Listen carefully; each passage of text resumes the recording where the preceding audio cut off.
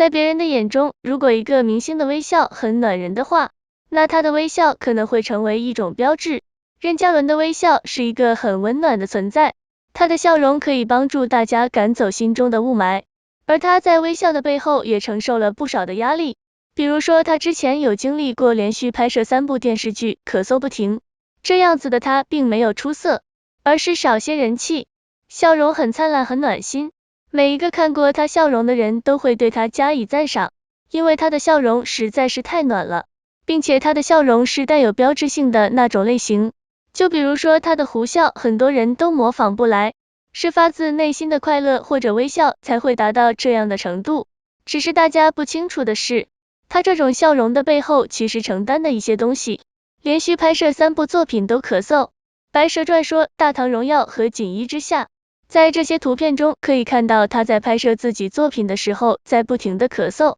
这样子的状态明显不适合继续拍戏，可是在他自己的坚持下，仍然坚持拍摄完这些戏份。导演组觉得他应该停止下来休息，可他觉得不应该影响剧组的进度，以至于带病拍摄，他是真的需要休息。通过以上的这3部作品，让大家见证了他人气和热量的高度，而他现在的工作也特别忙，就像别人所说的，他是真的需要休息，可他也是真的停不下来。在向往的生活中，他提到自己很长时间没有过这样的生活，大部分的生活都是被工作安排了，基本没有自己的时间，而他唯一能够休息的时间，就是在这一次疫情或者拍摄较为轻松的综艺当中。粉丝看来他为了事业很拼命，连身体都顾不得了，他不愿意提起这些事情，只想继续做好自己本职工作。看到他咳嗽的样子，真的让人心疼，那个时候他身体是真的很差，就连吃饭都没有准时，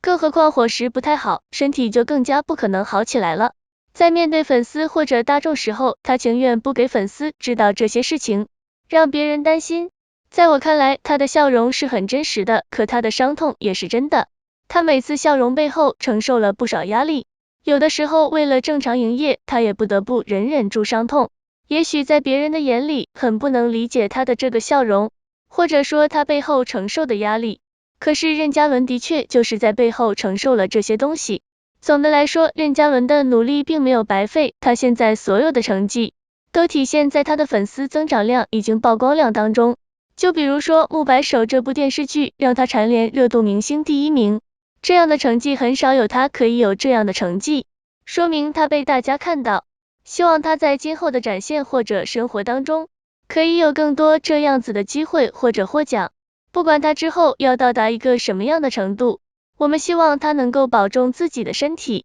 好了，本期的内容到这里就结束了，很感谢屏幕前的你能够看到这里，喜欢本视频的朋友们，欢迎在下方进行点赞、留言、订阅。